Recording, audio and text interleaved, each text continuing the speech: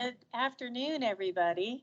Thank you so much for being flexible. We did have a scheduling issue in the boardroom, and I thought it would be presumptuous of me to ask you to strap down and donate a pound of blood while you're here. So we decided to move everybody in here. It is really great to see this whole board together. I think it's the first time since I've been in all of this that we have everybody together in person. So thank you so much for taking time out. And Gary, I will hand it over to you. Is Mike live? Can you hear me? Okay. I think we've already taken care of the roll call. Everybody's here in attendance. Thank you.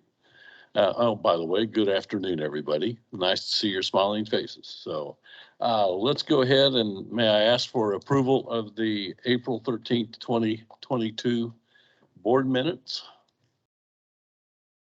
Thank you, Kay. Do I have a second? Thank you, sir. All in favor, say aye. All opposed, same sign. Let's go ahead and move into the bylaw and administrative policy review. I know this has been something we've looked at a couple times, and I hope everybody's had a chance to review it. Is there any questions or comments regarding both the bylaws and the administrative policy? If there's no question or comments, I ask for a motion to approve. A second, please. Second. Okay. We have a motion second to approve the bylaws and the administrative policy. All in favor, say aye. All opposed, the same sign. That passes. Thank you. Spark and Governor's Funds for Affordable Housing. Brief. Sally, do you want to address that for us, please? Where Logan's going to handle that one. I'm going to keep this somewhat brief because all of my research kind of showed us that these two initiatives are really more focused for rural Kansas, but I did want to provide you an overview of what I was able to find out. So for the SMART Task Force Executive Committee, this is the committee that, oh, Marcia, can you advance the slide? Sorry.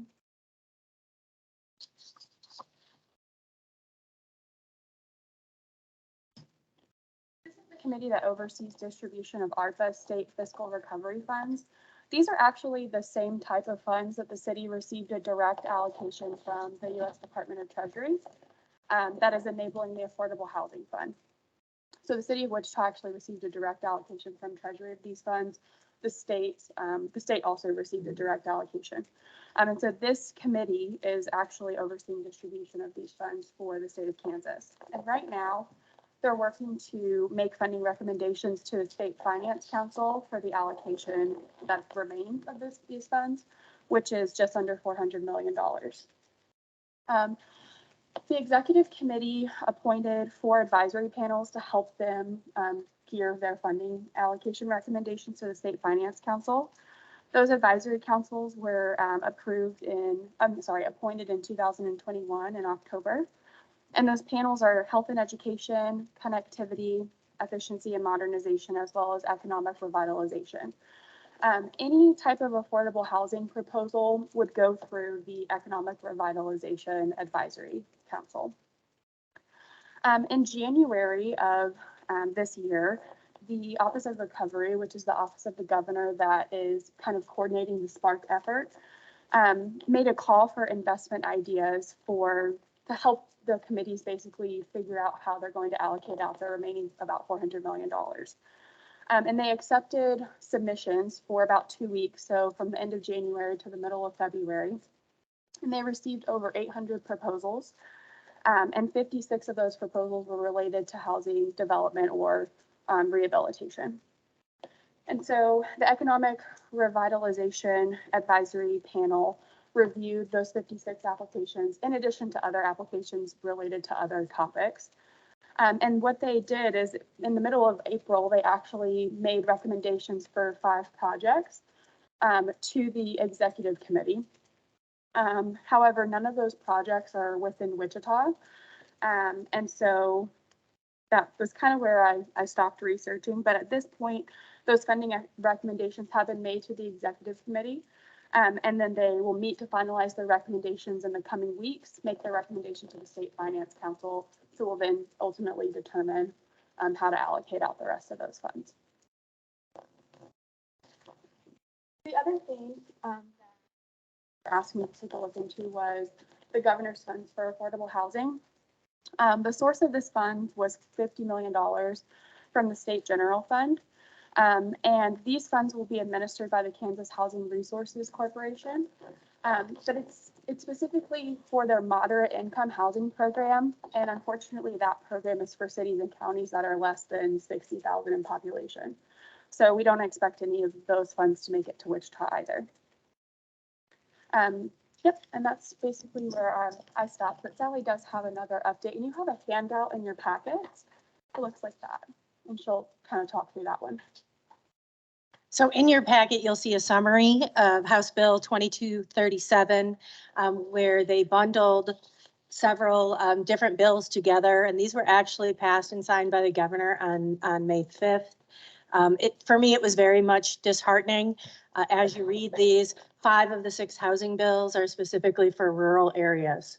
Once again, so urban areas completely left out of the majority of what's available. However, the one area where we possibly could see some funding come in is the Kansas Affordable Housing Tax Credit, which would authorize state tax credits to layer on top of federal tax credits. So a project that receives federal tax credits could also receive an allocation of state tax credits. That's great. The thing is, we see very few tax credit projects actually awarded in Wichita comparison to, the size and population. We'd like to see more applications funded in Wichita. It also adds a little complexity in that the way tax credits work, you're awarded tax credits, you sell them to an investor or syndicator.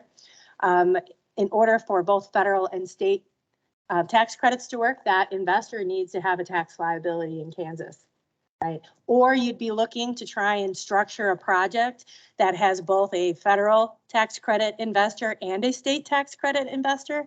The thought of that made me dizzy when you think about how tax credit projects have to be structured in ownership. So if you weren't finding an investor that has both federal and state tax liability, could get very, very complicated.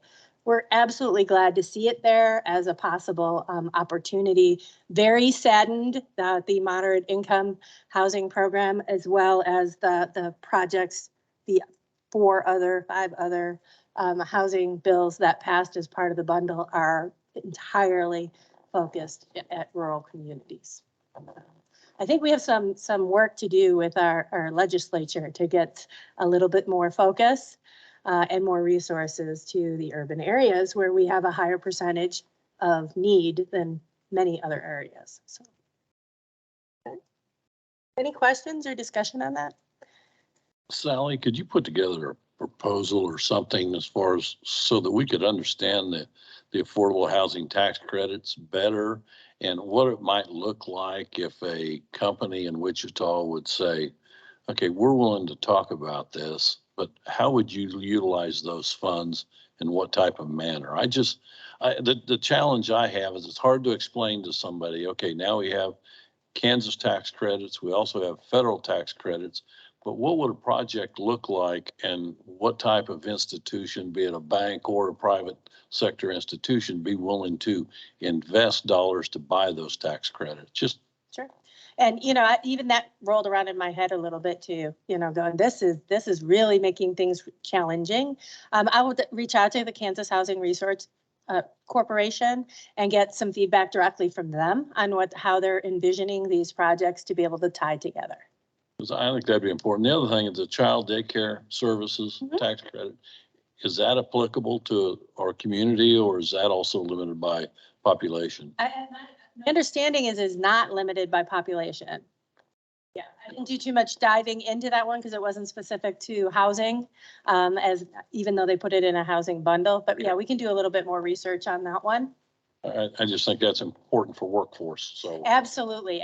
There's a great meeting today at Workforce Alliance, bringing in childcare professionals, trying to figure out how to meet the gaps in our community related to childcare. So it's definitely high on a lot of people's radar and an area we definitely see gaps. Great. Well, if you could work on the housing tax credit, trying to simplify that for people like myself, then maybe we can come up with some ideas.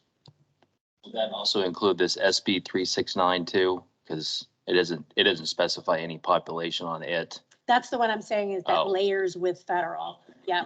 And so there, the way that everything we've read so far is when KHRC awards federal tax credits, they can then award state tax credits on top of it. Yeah, Got that's it. the one that is applicable. Okay. Just a question. Yesterday, I sat in on a webinar, it was an hour and a half long. I don't know if you saw it, where they had housing resources people notice talk about how they're going to use, how these programs can be interconnected. You're right, it's almost all directed primarily to rural. That's what the governor started out to do, and she got her way. She's got more money than she thought she would at the end of the day. But that's a good resource of information about how they see it all working together and what might be possible in the timing of when they take applications. And they're still in the process of finding ways to make that more efficient sooner and more efficient available sooner. So there's no gap between, say, this quarter and that quarter and that quarter and that quarter. And I'm not sure some of our small communities around Wichita might be able to take advantage of it, but not Wichita itself. Thank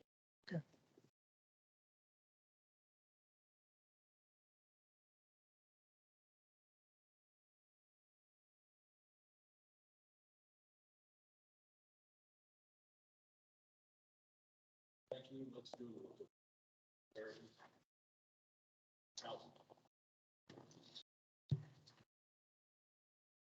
So we haven't really prepared a presentation on this, but I can kind of walk you through how the potential focus area document was put together.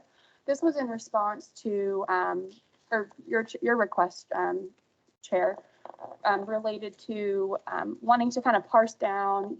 We provided you the big map, and that was kind of a little bit overwhelming. We provided you the overview of the tax sale properties. So we kind of wanted to break this down by neighborhood.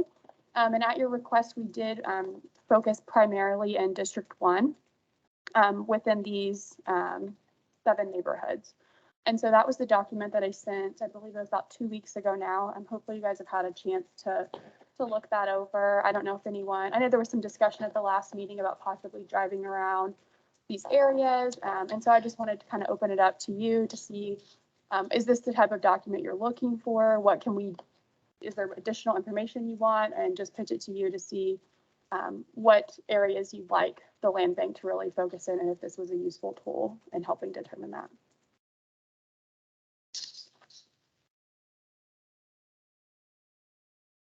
Any thoughts or comments? As far as the land bank's concerned, those of you that have looked at this information in these areas, what do you perceive to be the most doable first?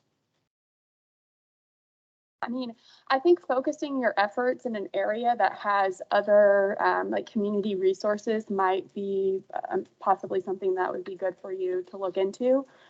Because as you're looking to create affordable housing opportunities, doing so in areas that have other resources could be, and I'm talking about schools, community centers, Sure. things like that. That might be something to look into. But we just wanted to give you this information to kind of help guide your desire. I spent some time driving through some of these neighborhoods. And I guess if you look at the McAdams area and the Northwest Mylar area, it just seems like there's blocks of vacant boarded up housing. To me, that's sort of in Sally's world, if there's any opportunities, because it would take a developer to go in and rehab dozens of houses. A lot of the houses were in what I thought was pretty good shape compared to what I had expected. So I think there's opportunities for developers to go in and take blocks of those houses, clean them up. If that would occur, I'd strongly recommend that we have additional support services, police, social service that would work in those areas to help the homeowners or the tenants to be successful in those areas. I found some of the other areas, Northeast Central, the Power, Atwater, those areas seem to be very seem to be opportunities to sell the houses and just provide small opportunities or small things that could really help improve the neighborhood. I did not see them as terrible, bad neighborhoods. There was a lot of pride of ownership in some of the properties. And my only question would be is, how do we continue to grow that pride of ownership? And how do we take the houses that do need work and provide the funding through the various programs, help work with the homeowners, and maybe even the landlords to figure out a ways to boost up that neighborhood a little bit and make it more desirable. There was a couple houses for sale in the area I thought was interesting. I'd love to hear from realtors that are familiar with those areas and that have sold properties as to what is the market for the properties, who's buying them, who's interested in them. I mean, we have a very robust market today. And I guess I looked at those houses, and some of those houses to me looked like starter homes or good family homes, and why they weren't off the market already. I mean, right now, you have a house on the market, a week later, 3 people bought it. So I'd love to hear from think you need to- realtors or, I think you need to check again probably, well, could be. because the average day on the market actually is 3 days. Yeah. In the city of Wichita. So I just looked it up today. So the average, I think we have 0.6 of a month in inventory. That means if no homeowner put their house up for sale, we would be out in almost 3 weeks of inventory. And I don't know how long these houses were for sale, but there's 2 or 3 that I drove by that had signs, and I thought, those are nice looking homes. So I just like to get a better idea from realtors or people in the market or builders, Well, developers. I've found going out on? that if the home is in halfway decent remodeled shape, the house sells. It doesn't matter. People are settling. It doesn't matter. It just matters if the house is moving ready. Most of these homeowners, they want they want the HGTV deal. They want to move right in and do nothing. That's just the bottom line. They don't want to do any work to the houses. And so if we're trying to sell some of these houses, what you said is right. We have to sell them to investors because they have to put the money into them to fix them up to sell them, because otherwise trying to sell these to homeowners, even if they wanted to get a construction loan, they just don't want to put the time into them. They just want to get right into it, and people are too busy this day and age and want to mess with it. So, So Sally, what's our plan then? I mean, I agree 100%. I mean, I look at these and I think, okay, we've got a program now where we can invest $20,000, $30,000 for developers or individuals into these properties. How do we go about soliciting builders, developers to come in and look at some of these properties? And I like focusing on this ones with fewer houses than the ones with every house in the neighborhood, because I think that's a big bite, and I'd like to take one bite at a time. Sally, your thoughts? So, I mean, obviously you have to be talking about the public housing houses, the ones we have control over, because anything else, obviously, we don't. So that's happening through the Affordable Housing Fund program. Things are moving along with that. The updated environmental reviews are actually occurring this week with the radon testing, et cetera. We're getting ready to get the appraisals. We had our first call with the HUD Special Application Center, the SAC office, we call it. That is the headquarters for disposition of public housing. And so we actually met with the director of that office yesterday. I think it was yesterday, and went through our entire plan in phases.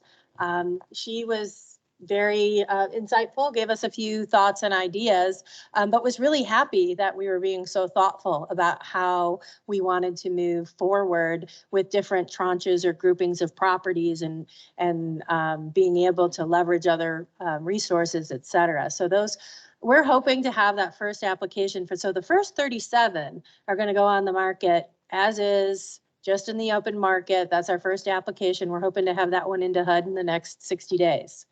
Once we get the environmentals and all the other documents together. In the meantime, we're starting to work on the next groupings, which are actually the 2 pilot areas. So the Minnesota Ash Piatt and the Haskell St. Clair areas. That will happen under an RFP. So we're starting to have the conversations with Zoom Grants, which is our online RFP platform.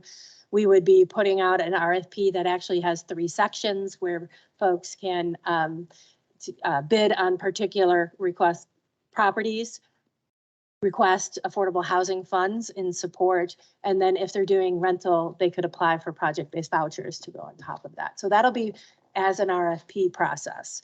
We're doing the 2 target areas first as the first RFPs. And we've already requested the proposal for the updated environmentals on those properties. So even though we're going to move these over in groups, we have multiple groups going on at the same time. So just in different phases. So that's the short of it, obviously, but, and I think we'll learn a lot from the first RFP. We have tremendous interest. I'm getting probably 10 a week of people who want to be notified as soon as anything happens. Anything properties get put out either just on the open market or through RFP. So lots and lots of interest.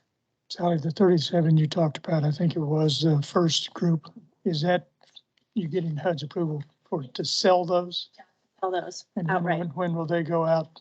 Well, we're hoping to have the application into them in the next 60 days. So, Okay. and then it depends on how long. And that was part of the reason we had the meeting with the SAC office director, because, we needed their attention so that they could be on top of this. So I've already forwarded them the map, the plan, so that they could be looking at it ahead of time. She's given us, some insights on where some projects get stalled or have issues with their applications so that we can be sure to get in a complete and thorough application. That one she sees as that one's the easiest one to get through because they are truly scattered. They meet HUD's definition of truly scattered, and our justification for wanting to sell them, one of the boxes is truly scattered. The other ones are going to be a little bit more challenging as we have to provide them the documentation of obsolescence. And that it can be a little bit more, obviously more challenging than checking a box. So, yes. So Sally, you mentioned 10 a week are contacting you saying, hey, when this happens, let me know. Mhm. How are those folks aware? And what are we doing to ensure that everyday citizens have an opportunity to? Sure. A lot of them are aware because there's been a series of articles in the Wichita Beacon. A lot of them are aware because we've reached out to the existing residents and they've kind of spread the word. We've gotten, oftentimes it's neighbors who have properties near or around some of our properties that are reaching out. And then a lot of them are our nonprofit and for-profit partners in the community. Right. And we do expect a wide variety of types of applications. I think we're going to see one-offs. I want one property, and we're going to see, some of our developer partners come in and say, I want 20 of these. And these are the 20, and here is the plan. We keep stressing, and we're doing a lot. We did a lot of public engagement, went to a lot of the neighborhood association meetings, all of the DABs at least once. We did a whole session at the housing conference, which was very well attended.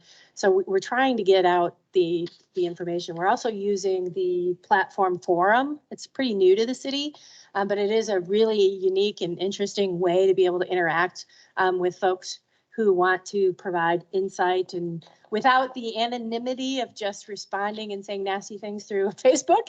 They actually have to sign up for forums, so but we did. It was interesting to be able to hold even conversations with folks.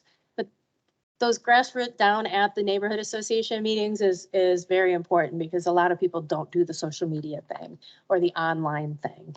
But then again, those aren't the ones that aren't likely to be putting in applications for very complicated, right, housing finance. Because it does get complicated when we start looking at even one house and how you're going to finance it and what's going to happen with it. Question on the houses that are purchased, the ones we're talking about right now.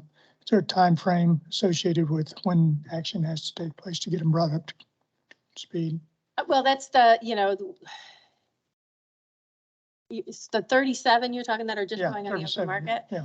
Once we get the application into HUD, they used to take a very long time in reviewing those. We hear they're doing it much faster. Once we get that approval, Then we come back and start working with relocation with the existing residents and start planning open houses and things like that. So it's gonna take, obviously, we don't expect people to be coming in and asking to put bids on properties they haven't seen. We have to make it them available and accessible so that people can go in and take a look. And so we know we have a lot of work to do once we get the approval.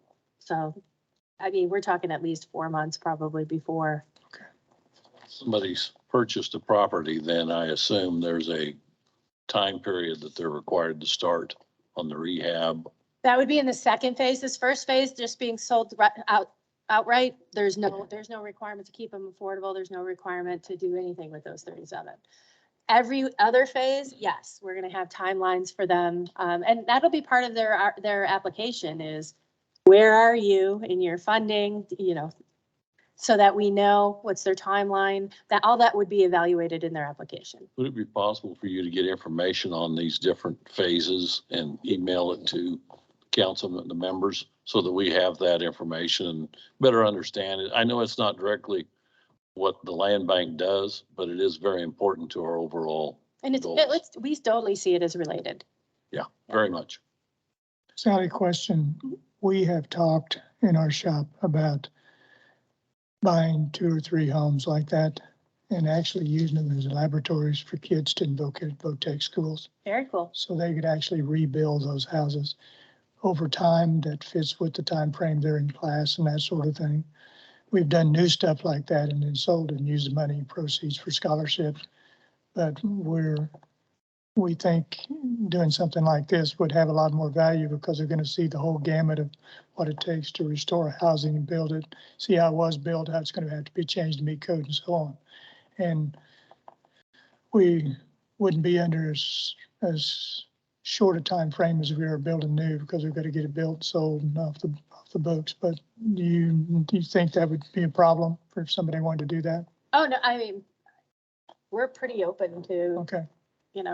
I mean, I love programs like that. I used to sponsor a youth build program that Okay. did something very similar, and it's very educational for those kids to be able to put their hands. Really no place for them to go and get hands-on Right. experience outside the classroom, and they're willing to do that now. So, okay, take a look at it. I've got plenty of places to send them to, Wes.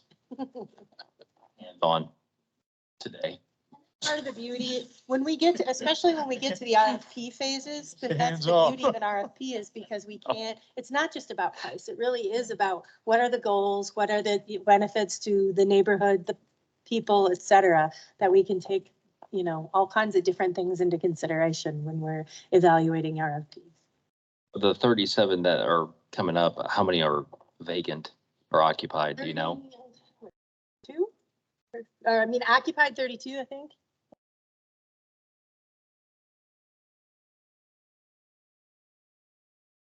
$12 and $25. Have they been looked at, inspected, appraised, all that kind of stuff? Not yet, They not will- yet. they So that's will what be. we're working on, the appraisals.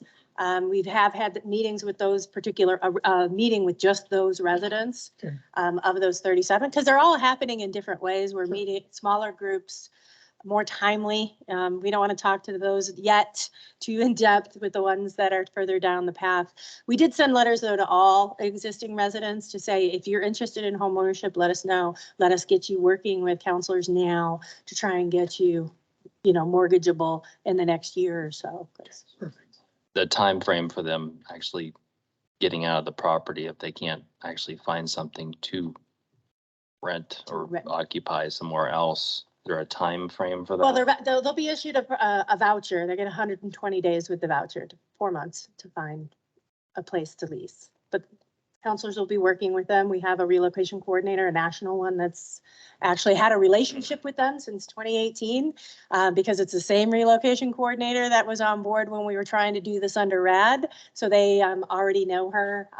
She's already done those evaluations of special needs, et cetera. So we really want to make sure that they're taken care of. That's the only, really the hole I see is the time frame of them finding something since, I have a bunch of rental properties that I manage and, and we get 25, 30 applications on one property in one day. And I get 20, 30 calls a day, every day. And I mean, there's just nowhere to go. So, and I, Larger and units I are gonna be a understand the challenge. timeframe, 120 days, but it's just, I mean, it's just not enough time. I mean, some people are looking for 5 months. But most of them are already looking now. The ones in the 37 already know that they need to start evaluating what it is they're gonna need and where they're gonna wanna go. You know, We just told them we can't give them the official voucher, any of that till we get the HUD approval. they're on Section 8. Is that what these people are on? Okay, If they're not looking to go to homeownership. okay.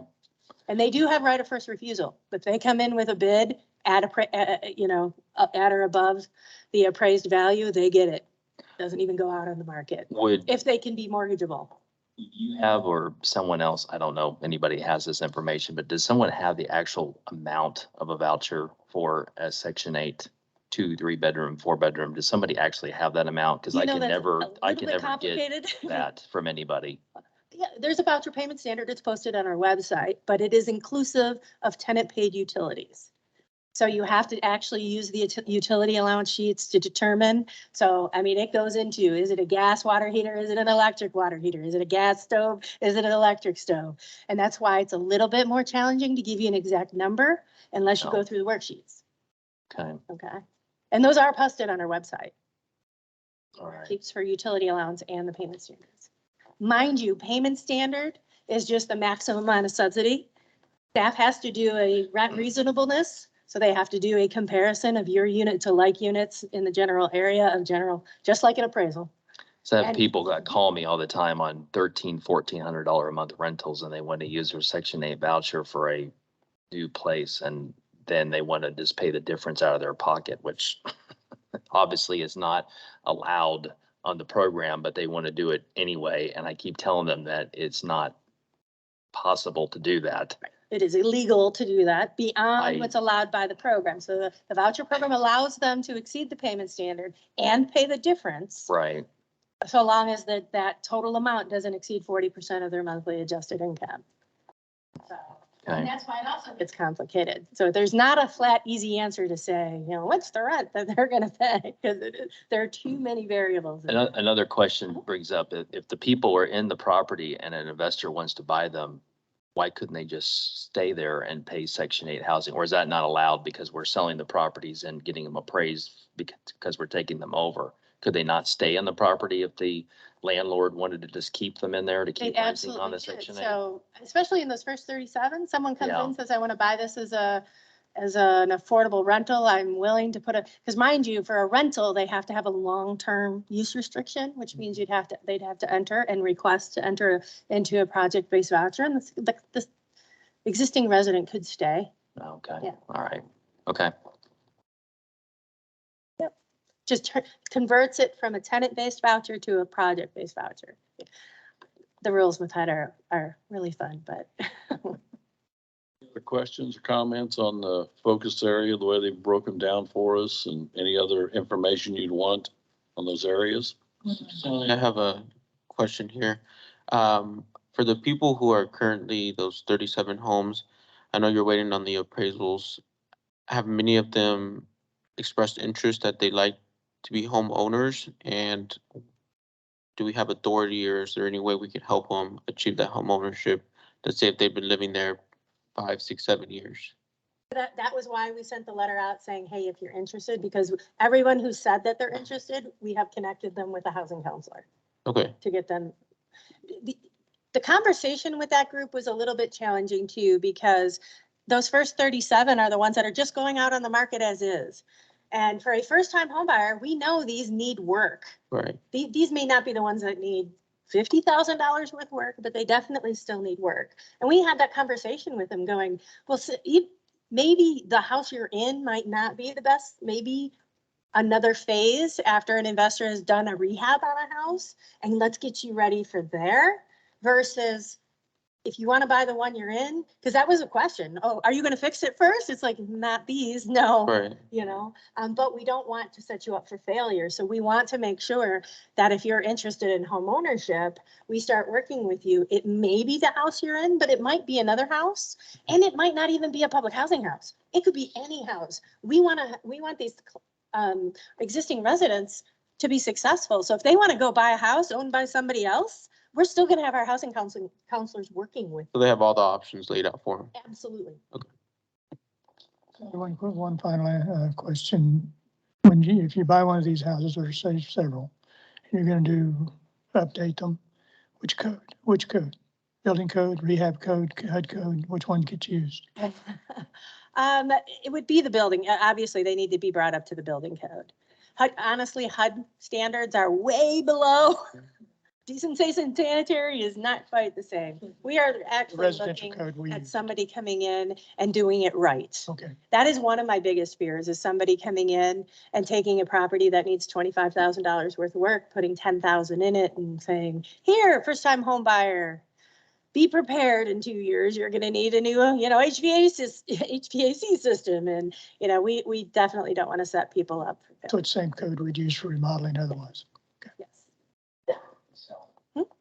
The homes that are going on the market, what focus areas are those homes in? Are they kind of scattered throughout all these? Scattered throughout. We don't have a link to the map, do we?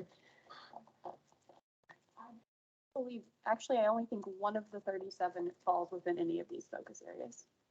Sorry, say that again. 7 homes that are Yes. being sold, only one of them falls within these focus areas. Okay. And then as far as the focus areas go, I think your initial question, is there an area that we think would be one to focus? Mhm. Correct. And, I think the Rock the Block has had a lot of good experience, and how is their ownership, private ownership?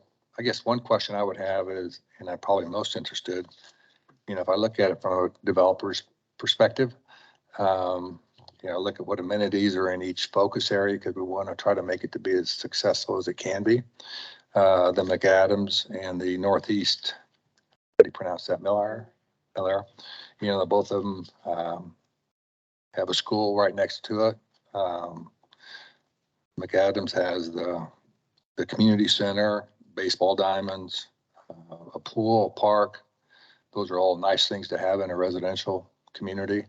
And so I'd probably lean toward, looking at what the amenities are and what's close to it and what kind of support that community create to help create that momentum. Speaking of momentum, though, we'll go back to the Rock the Block. I think they have a lot of good things that can be a good laboratory, and we can learn from what they did there. And let's finish that one strong, and then take what we've learned at that and pick. For me, I'd probably pick it between the McAdams and the Northeast area, but I'd probably look at also which area currently has the highest private ownership, because that will help. You want to build on that private ownership in order for it to be successful. Comments? Additional? Just a quick question, a request for a reminder, the 3s and 2s Number of bedrooms in the bedrooms? unit. and blue versus red, blue versus yellow. Red is in the floodplain. Yellow are tax foreclosures. So those aren't public housing units, but we identified where those ones that are possibly going to be at the tax foreclosure sale.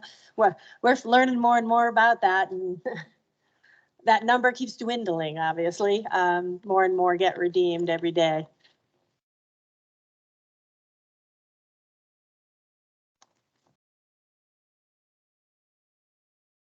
I did notice though too, but when you look at McAdams and Northeast Malheur, they don't have a lot of tax foreclosures in those areas either, which will be a focus for the land bank, obviously. Our overall discussion is bigger than that, than the land, just that land bank, but not a lot of them that I'm seeing in those 2 areas.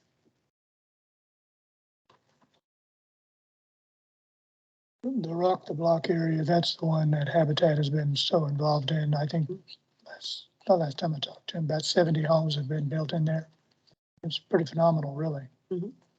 Absolutely. I think I agree that needs some continued attention. Build on that synergy Yeah, that's happening. build on with that those. synergy. And there's a lot of cleanup being done as a result of the new homes being put in there. Like that idea, but what would our role be in the A. Price Woodard area? There's very little foreclosure. It looks like there's some public housing, but I mean, to me, we step in when there's houses that are vacant, foreclosed upon, the like. I mean, what role would we play to help support that area?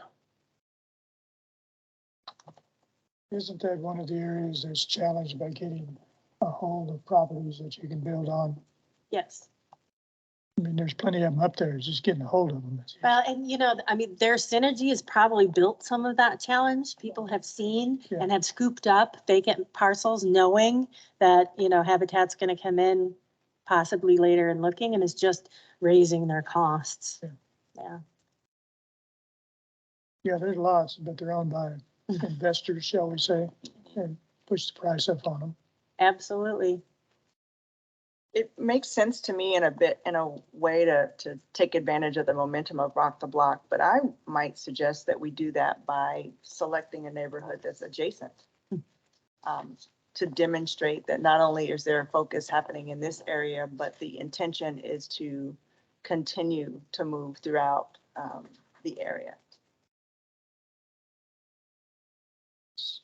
If Adams adjacent, it's kind of detached, Yeah, McAdams isn't, it's not that close. Well, northeast is just north. yeah. Northeast Central is just north, 13th to 17th between Grove and Hillside. Has the city sold houses before like this in a group to HUD, from HUD, No, not in a group. They've sold houses, forever? I'm Or sorry? they've never done it before? Not in mass. There was a homeownership program where they sold 5 or 6. Okay. Um, And what was the return value wise? Was it, how much, where were they offering the houses at? Like 50 cents on the dollar, or what was the, that, the assessed value, the appraised value. based on the appraisal of like tax appraisal, or based on the assessor of the, you're talking about an actual An individual? actual appraisal. And it was a fair market value? Right. For, and it included the repairs? I'm just asking. if In they those were gonna- cases, no repairs. As is. Okay. Okay. I just didn't know if they were gonna have some crazy price on it, if they had needed, like you said, $30,000 of the work, and they were gonna be selling them for, Reflected in the appraisal. well, I would hope so, but it's hard to tell till you actually see it. So, I guess into Gary's question, that's a good question, what role can we play? And I don't know, can we negotiate with HUD in some manner that helps coordinate the sale of those properties, of HUD-owned properties? Doesn't own any of them. They have a declaration of trust on them, so they control what we can do with them. So they don't actually own them. The city owns them. So what are we trying to negotiate with HUD? you're talking about the price, so you're talking about, Well, even just how it gets dispersed, just the disposition of the properties. Can it be something to where because they all need a lot of work, is it something, and I guess I'm just trying to figure out how home ownership can happen, because that's the only way we're going to somewhat turn it around, is to be able to have that home ownership. And so I don't know enough about how HUD works but if it's, is there anything that we can do? I guess I need to find out more how that works with HUD, and are they just straight lined? 1 penny less than the appraised value, we have to administer a program for 30 years to monitor affordability on home ownership. Impossible. But if we have a homeowner that says they want to buy it and they come in and say, I will pay you the appraised value, we can sell that to them, no restrictions, no limitations. They got to move in though. They got to be a homeowner, right? For how long? Well, that for HUD is a Okay. day. The city wants to see some time in that, right? That's what gives us that flexibility. 1 penny under appraised value, 30 years, we have to monitor it and ensure if that first buyer wants to sell it to buyer 2, they have to qualify and manage that. That's just crazy. Yeah, we don't want. Selling it at its appraised value, which will be what it's worth in its current condition, eliminates HUD out of the picture. And it probably eliminates homeownership because they're not going to be able to afford to fix it up. Here is the majority of these are gonna go to a developer who's gonna come in, do the repairs, and then sell them to the To a end homeowner. buyer. Yes. I guess my question is then, do we have real estate agents that are aware of this and can help market those properties so that, as you say, they're on the market and off the market 3 days later and we're on down the road? For the 37 that are Yeah. going just on the open market, the city's real estate office sends that out to all real estate Okay. folks in the entire city. So that will go out when those go up for sale. Now, the ones that are gonna have the repair, and we're gonna have developers come in and say, I want 10, and I'm going to the bank and I got a construction loan. We're gonna do this, we're gonna sell them. My developer fee is this, we're gonna sell them to affordable folks. They're gonna have, as part of their application, how they're gonna do their marketing and outreach, who they're going to, how they're going to attract, who's gonna do that case, counseling that's gonna be necessary to get families ready if it's a homeownership scenario. In a rental scenario, it works a little bit differently too, but in the end, we don't really expect a low-income person to put a bid in on any of these houses that go under RFP. It's just not realistic. I want to be careful with my language and not be overly presumptuous. But what is the underlying assumption that a person who's currently living in Section 8 can afford a house that's been renovated to the tune of $70,000 or even $25,000 and then turn around and buy that house if they're not in a position to buy the house now?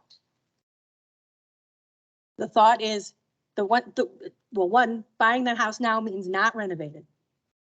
And we're saying, let's work with you, deal with any challenges you might have. Let's down payment, credit repair, everything that's needed. And then we're gonna, hopefully our partners that are developer partners, the Mennonites, the Jacobs, that, that come in, we'll be able to tie them up to a property wherever they want to go, whether it's those or anywhere else, and help them to get mortgaged at that point. They won't have, but at that point, the house will be rehabilitated. Mind you, some of these are going to appraise for $40,000. You put 40 in them, you're going to sell them for 95. A mortgage on a $95,000 house is often less than they're paying in rent.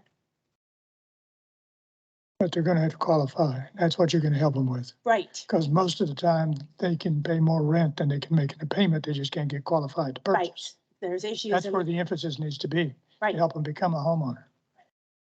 That's the challenge.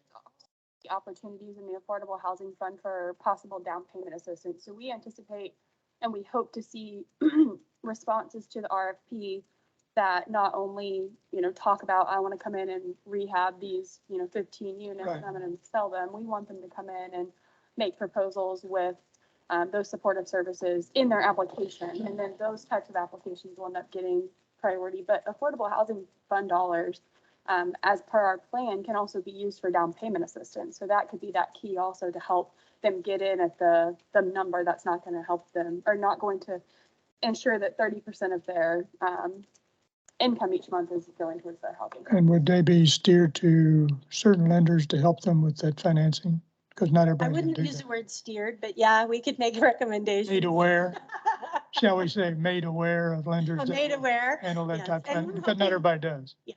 Yeah, definitely.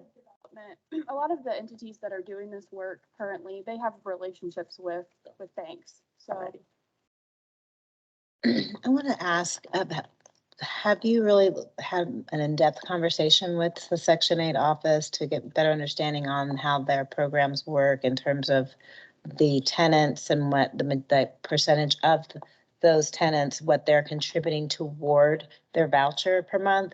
Because I think, just piggybacking on what Kay's question was, is if you were to sell that property to the Section 8 tenant, without the renovations, and you're outsourcing different recommendations to them to help build that opportunity. A lot of times these people are paying $200, $15, $30, $40, $50 per month toward their rent that they have through Section 8. So I know they currently do have a program that's not heavily used. That's, I don't know if it's due to the lack of access to the information or how stringent the process is, but perhaps you can incorporate that program within the process of purchasing directly through our initiatives, because then we would avoid that gap of people, because I think that there's just a smaller percentage of people that would qualify that are Section 8 tenants with this proposed option. So just to make it more succinct, I think that if you were to partner with the Section 8 program that is for home ownership and see if there is a way to modify, so that way when they were offered the opportunity to purchase the home, that perhaps Section 8's program could pick up on whatever they're currently been able to do. So, We run the Section 8 program.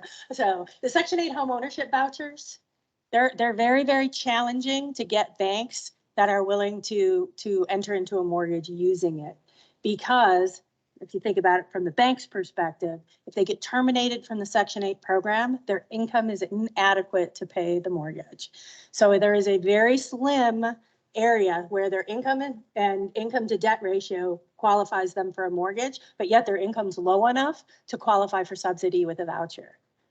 It's a very, very slim area in which people qualify, but yes, our family self-sufficiency program will talk to people about the possibility of using that program where they can, but it is very, very hard to qualify. that's what I'm getting to my point. So that's what I'm trying to wrap my brain around. We'll be lucky if How? 10% of the existing residents we can get into homeownership. Just realistically. Right, that's what Yeah. I, Well, if they need repairs, then they're not gonna be able to probably get a loan either, because if it's for fair market value even on a conventional loan, they're not gonna be able to get financing. And that's why our recommendation, I cannot tell them you can't buy the house you're in. I cannot tell them that. I can talk to them and say, you might want to consider moving into something that's already renovated. Right? But they have right of first refusal. They come in with a mortgage. They have the right. I cannot stop them. Okay? I don't see many going that way. I really don't, because they recognize that the house that they're in currently needs some work, right?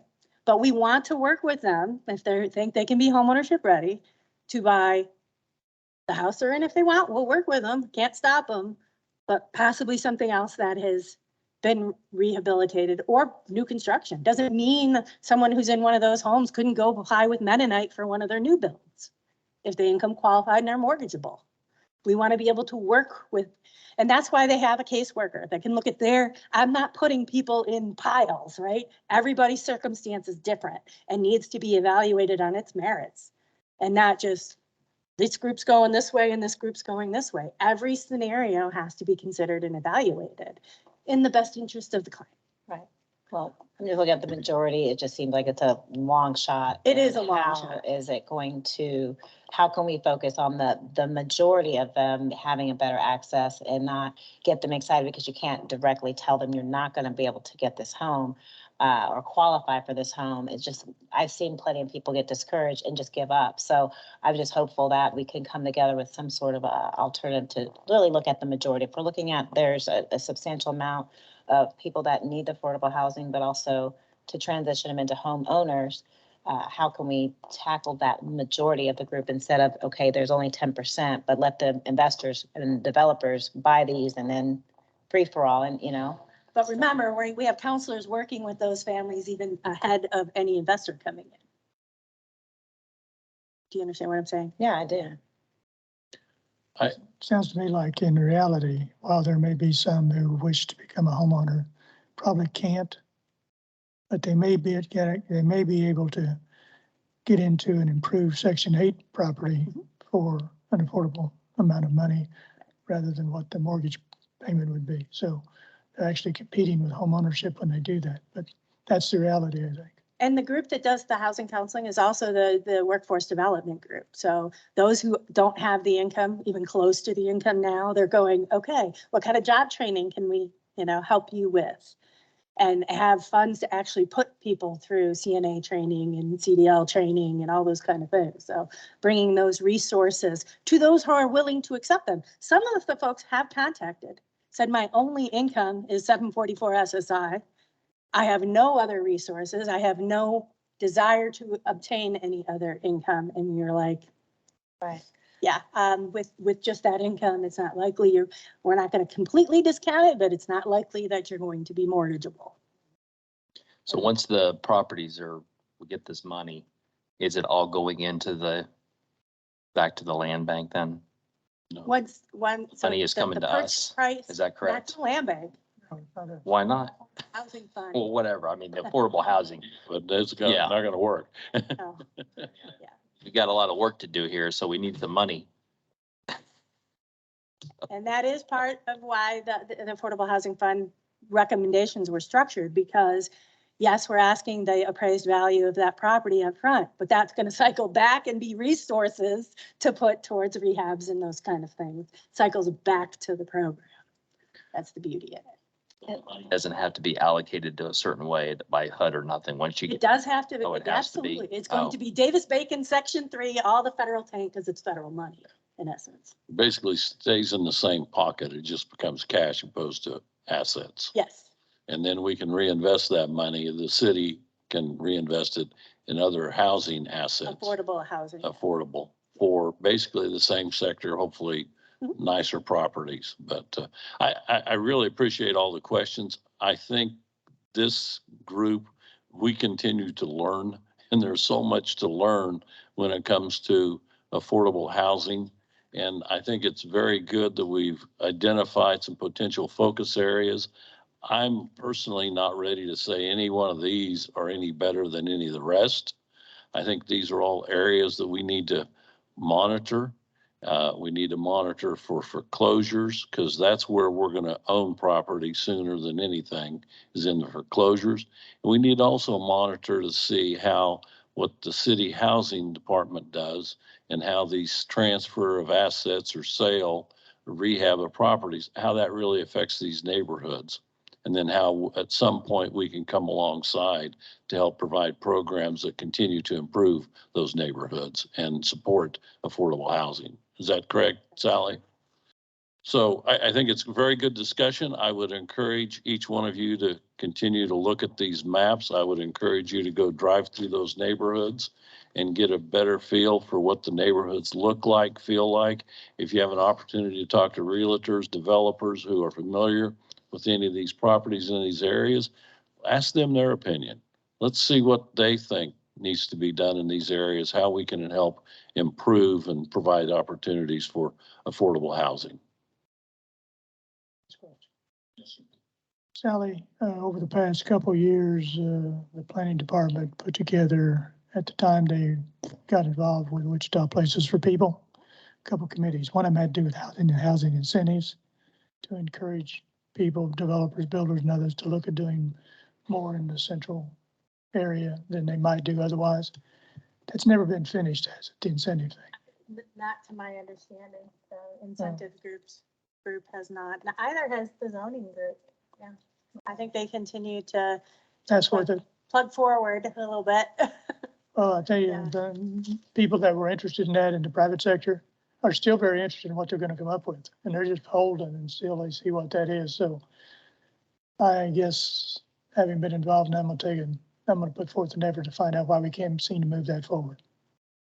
Because if there are incentives available, it might help us, in our discussion with others, to get some things done. It might not happen absolutely. otherwise. But just talking about them, it getting anywhere. So it's not gone any further, I assume. You know, there's been some additional discussions recently on some of the incentive items, but I don't serve on that one committee. I did on land bank and I did on Yeah, I think they need work. So, zoning. Yeah. okay, that told me what I need. Thank you. Well, and the other point, just to add on to that, is I think this House Bill 2237, I don't know how successful this is going to be in rural areas, because I think that's even more difficult than some of the areas we're talking about. I think there's going to be more opportunity for housing dollars.